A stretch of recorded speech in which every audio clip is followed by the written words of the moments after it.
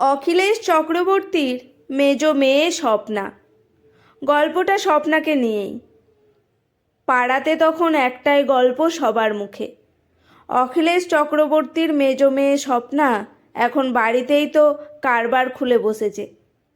স্বপ্নার বোন সুপর্ণাকে যে মাস্টার পড়াতে আসে, ওই আধবুড়ো লোকটার সঙ্গে ফষ্টি নষ্টি করছে দিনরাত, যাকে বলে একেবারে নষ্টা মেয়ে। কেউ কেউ আবার বলতো, হবে নাই বা কেন, গাদা গুচ্ছের মেয়ে পয়দা করবে, তাদের বিয়ে দেবে না, তারা তো এসবই করবে।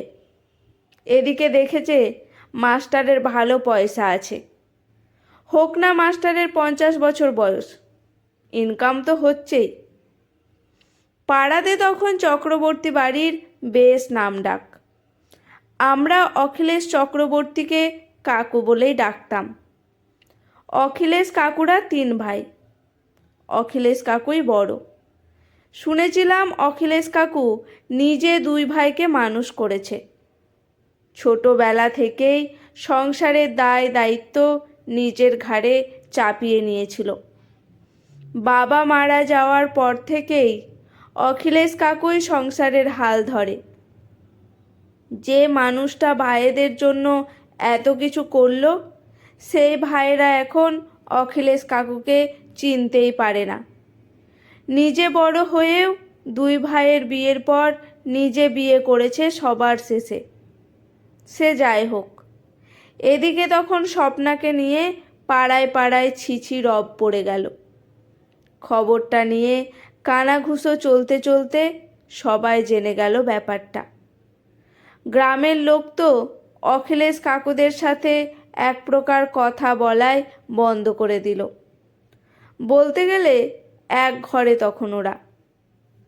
অখিলেশ কাকুর ছিল ছোট একটা ব্যবসা, সেখান থেকেই সব কিছু সামলানো। 3 মেয়ে, রত্না, স্বপ্না আর সুপর্ণা। বড় মেয়ে রত্না ছিল সুন্দরী, তাই ওর বিয়েটা অল্প বয়সেই হয়ে যায়। রত্নার বিয়ে দিতে গিয়ে প্রায় সবটুকুই শেষ হয়ে যায়। সামান্য জমিটুকুও বিক্রি করতে হয়েছিল, কারণ ভালো ছেলে পেয়ে আর কোনো বাবা মা হাতছাড়া করতে চায়?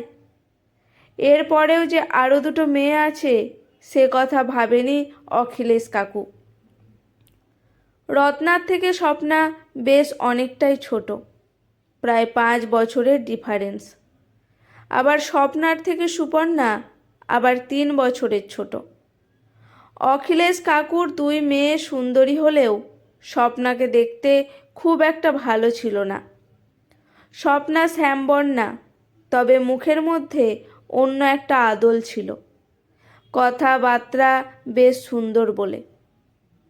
আমি স্বপ্নাদি বলেই ডাকতাম। তবে আমাদের বাড়ির সাথে ওদের বাড়ির একটা ভালো সম্পর্ক ছিল। স্বপ্নাদির মা আমার মাকে দিদি বলে ডাকত। একটা আত্মীয়তার জন্য যোগাযোগটা খারাপ ছিল না। অখিলেশ কাকুর বড় মেয়ে রত্নাদির যখন বিয়ে হলো, তখন আমরা সকলে নিমন্ত্রিত ছিলাম। সে সময় অবস্থা খুব ভালো না থাকলেও মোটামুটি চলে যেত ওদের। রত্নাদির বিয়ের পর থেকে ওদের অবস্থাটা আরও খারাপ হয়ে গেল। সামান্য 10 কাঠা জমি, সেটাও তখন বিক্রি করতে হয়েছিল। সে কথা আগেই বলেছি। সরকারি চাকরি করা ভালো ছেলে। এদিকে ছেলের বাড়ি থেকে রত্নাদিকে পছন্দ হয়ে গিয়েছিল তখন, তাই আর অখিলেশ কাকু হাতছাড়া করতে চায়নি। বড় মেয়ে রত্নার বিয়ের পরই অখিলেশ কাকু অসুস্থ হয়ে পড়ল। হার্টের রোগ ধরা পড়ল। চিকিৎসা করাবে নাকি সংসার চালাবে? তখন 2 মেয়ে পড়াশোনা করছে। স্বপ্নাদির বিয়ে ফাইনাল ইয়ার, আর সুপর্ণা বিএসসি পড়ছে। একদিকে চিকিৎসার খরচ, সংসারের খরচ, তার ওপর 2 মেয়ের পড়াশোনা। বিশেষ করে সুপর্ণা সায়েন্স নিয়ে পড়ছে, ভালো স্টুডেন্ট। তার পড়াশোনার খরচ, অখিল কাকু তখন দিশেহারা অবস্থা। বড় মেয়ের ভালো বাড়িতে বিয়ে হয়েও কোনো রকম সাহায্য করার মানসিকতা নেই। বিয়ের পর থেকে সেও কেমন যেন পর হয়ে গেল। এদিকে 4টে লোক না খেয়ে মরবে। অখিলেশ কাকু অসুস্থ হয়ে ইনকামের রাস্তা তো পুরো বন্ধ। স্বপ্নার বিয়ে দেওয়ার মতো সামর্থ্যও নেই। 2-1 জায়গা থেকে স্বপ্নাকে দেখতেও এসেছিল। গায়ের রং কালো বলে পছন্দ হয়নি তাদের। এদিকে অখিলেশ কাকুর ওষুধের খরচ, সংসার চালানোর জন্য টাকার প্রয়োজন হয়ে পড়ল। যে মাস্টারমশাই সুপর্ণাকে পড়াতে আসতেন উনি একদিন স্বপ্নাকে ডেকে বললেন, তোমাদের সংসার আমি চালাবো, সুপর্ণার পড়ার খরচ আমি দেব, তোমার বাবার ওষুধের টাকাও আমি দেব, কিন্তু তুমি আমায় খুশি করবে। যদি পারো তাহলে জানিও আমাকে। অবশেষে 7-5 ভেবে স্বপ্না রাজি হয়। স্বপ্না ভাবল এই শর্তে রাজি হয়ে গেলে অনেকটা সুরাহা হয়ে যাবে।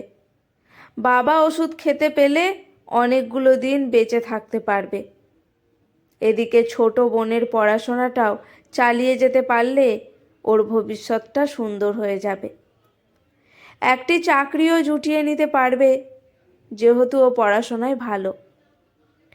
অবশেষে 7-5 ভেবে নিয়ে স্বপ্না না করেনি মাস্টারমশাইয়ের প্রস্তাবে, কারণ চাকরি পাওয়ার মতো যোগ্যতা স্বপ্নার নেই। স্বপ্নার রেজাল্ট আহামরি ভালোও নয়। বর্ধমানে গ্রামের দিকে থেকে একটা কাজ খুঁজে পাওয়া তখন কঠিন। এইভাবে নিজের ইচ্ছেতেই মাস্টারমশাইয়ের মনোরঞ্জনের খাতায় নাম লিখিয়ে ফেলল। প্রথমে ব্যাপারটা বাড়িতে লুকিয়ে গেলেও পরে এই ব্যাপারটা সবার কাছে ক্লিয়ার হয়ে যায়। মাস্টারমশাই পড়াতে এসে এক দিন রাতে থেকেও যেতেন। প্রথম প্রথম পাড়ার লোক কিছু না বুঝলেও পরে বুঝে যায় সবাই। সবাই ছি করতে লাগলেও স্বপ্না নিরুপায় তখন। বছর 3 এভাবেই চলল। পাড়া প্রতিবেশীদের নানান কথায় মাস্টারমশাইয়ের আসা যাওয়া কমে যেতে লাগলো। একসময় পুরোপুরি আসা বন্ধ করে দিল। ততদিনে সুপর্ণাও একটি ভালো চাকরি পেয়ে যায়। সুপর্ণা চাকরি পাওয়াতে সংসারটা একটু সচ্ছল হয়। বলতে গেলে সুপর্ণার টাকাতেই সংসার চলে তখন। কিন্তু সমস্যাটা হলো অন্য জায়গায়। সুপর্ণা চাকরি পাওয়ার পর অফিসের একটি ছেলের সাথে রিলেশনে জড়ায়। প্রথম প্রথম বাড়িতে টাকা পয়সা ভালোই দিত, পরে আস্তে আস্তে সেটাও কমিয়ে দিল। স্বপ্না একদিন সুপর্ণাকে বলতেই সুপর্ণা বলে দিল, আমি অত টাকা দিতে পারবো না। আমার একার পক্ষে সংসার চালানো, বাবা মায়ের ওষুধের খরচ, আমি কোথা থেকে এত পাবো? তুইও কিছু কর এবার, কারণ সামনেই আমার বিয়ে। বিয়ের পর থেকে তো আর এতটা দেওয়া সম্ভব হবে না। তোকেও তো এবার ভাবতে হবে। কথাটা সুপর্ণা মন্দ বলেনি।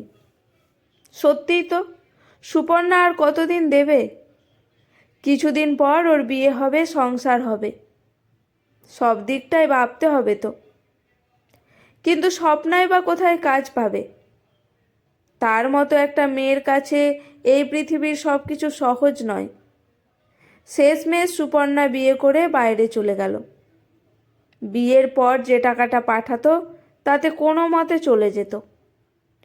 এইভাবেই বছর 3-4 কাটল। ইতিমধ্যে আমি বিদেশে চলে গেলাম কাজের সূত্রে। নিজের কাজের চাপে আর কারো খবর রাখতে সেভাবে পারিনি। সারাদিন কাজকর্মে শেষে মাকে ওই রাত 11টার পর কল করে যতটুকু কথা হতো আর কি।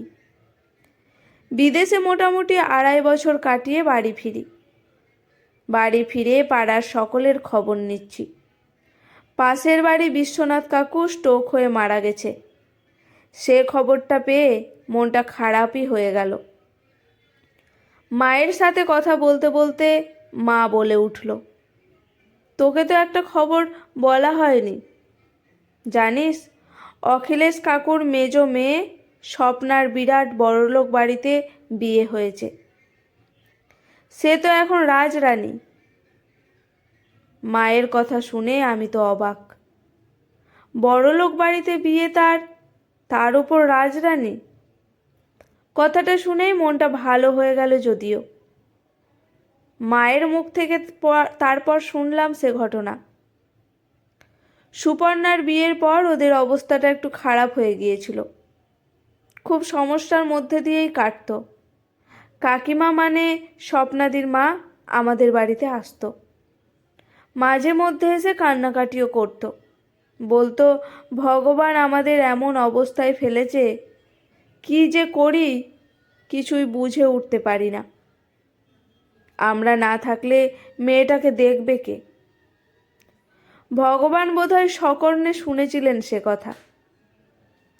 কয়েকদিন পর একদিন দুপুরেই সুখবরটা দিয়ে গেল কাকিমা। কাকিমা মাকে বলল, স্বপ্নার বিয়ে ঠিক হয়েছে কলকাতার ভবানীপুরে। তোমাকে ভবানীপুরে যেতে হবে দিদি। মা জিজ্ঞেস করেছিল, ভবানীপুর যেতে হবে কেন? ছেলে আসতে পারবে না? স্বপ্নাকেই বিয়ে করতে যেতে হবে? কারণ যে ছেলেটির সাথে বিয়ে হচ্ছে ছেলেটি প্যারালাইসিস। প্যারালাইসিস? সে কি? আসলে সম্বন্ধটা করেছে আমার এক দুঃসম্পর্কের দাদা। ছেলের বাড়ি থেকে এমন একজন মেয়ে খুঁজছে যে মেয়েটি ওই ছেলেটিকে দেখাশোনা করবে, সেবা শুশ্রূষা করবে। কলকাতার ভবানীপুরে ছেলেটির 3তলা বাড়ি, ভীষণ অবস্থাপন্ন। কিন্তু এমন একজনকে চাই যে ওর সেবাও করবে আর সমস্ত সম্পত্তির মালিকও হবে সে। বাবা মা তো আর কাজের লোকের ওপর ছেড়ে দিয়ে যেতে পারে না। তাই একজন ভালো মনের মানুষ চাই। ছেলেটিও বাবা মায়ের একমাত্র ছেলে। আসলে ছেলেটির আগে বিয়েও হয়েছিল একটি ভালো মেয়ের সাথে। প্রেম করেই বিয়ে। 7 বছরের প্রেম ছিল। বিয়ের পর হানিমুনে গিয়ে ওখানেই দুর্ঘটনাটা ঘটে। গাড়ি অ্যাক্সিডেন্টে মেয়েটি অক্ষত অবস্থায় ফিরলেও ছেলেটি গুরুতরভাবে কিন্তু আহত হয়, আর তাতেই প্যারালাইসিস হয়ে যায়। হাঁটা চলা কিছুই করতে পারে না। তার ওপর ওই মেয়েটি ছেলেটিকে ছেড়ে চলে যায়। সমস্ত ঘটনা শুনে স্বপ্নায় বলল, আমি ওকে বিয়ে করতে চাই। টাকা পয়সা সম্পত্তি নয়, মানুষটার পাশে থাকতে চাই। আমার মতো মেয়েকে সমাজ যেখানে নষ্টা বলে, সেই সমাজে এমন মানুষের পাশে থাকতে পারলে জীবন ধন্য হয়ে যাবে। আমার মা স্বপ্নাদির বিয়েতে গিয়েছিল। ছেলেটি ভীষণ সুন্দর দেখতে।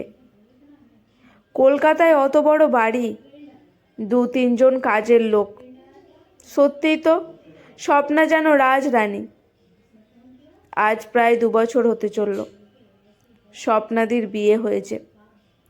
বাপের বাড়িতে খুব একটা আসতে পারে না। কাকিমা স্বপ্নাদিকে বাড়িতে আসতে বললে স্বপ্নাদি বলে, সবই তো জানো মা, ওকে ছেড়ে কোথাও যেতে পারবো না। তবে স্বপ্নাদি গাড়ি পাঠিয়ে দেয়। অখিলেশ কাকু আর কাকিমা ওই বাড়িতে গিয়ে কিছুদিন করে কাটিয়ে আসে। স্বপ্নাদির শ্বশুর তো বলে, মেয়ের বাড়িতেই আপনারা থাকুন, কেন আর যাতায়াত করবেন? অখিলেশ কাকু বলেই দিয়েছে, যতদিন পারছি যাতায়াত করি, যখন পারবো না তখন এসে থাকব। তবে এই 2 বছরে স্বপ্নাদি সংসারটাকে নিজের সংসার বানিয়ে ফেলেছে। সত্যিই তো একটা মেয়ে কতটা স্যাক্রিফাইস করতে পারে। নিজের ভালো থাকার চেয়ে অন্যের ভালো থাকার মূল্য স্বপ্নাদির কাছে অনেক বেশি। হয়তো সব সত্যি সবাই জানতে পারে না, আর তার জন্য স্বপ্নার মতো মেয়েরা নষ্টা আখ্যা পায়। তবে আশার খবর, আস্তে আস্তে স্বপ্নাদির বর অনেকটা ভালোর পথে। রিসেন্ট একটি কন্যা সন্তানকে দত্তক নেওয়ার কথা ভেবেছে। স্বপ্নাদির এখন খুব সুখের সংসার। আজকের গল্পটি এখানেই সমাপ্ত। গল্পটি কেমন লাগলো অবশ্যই কমেন্ট করে জানাবেন। ভালো লেগে থাকলে চ্যানেলটি সাবস্ক্রাইব করে লাইক করে আমার পাশে থাকবেন। আজকের কলমে সরজিৎ ঘোষ।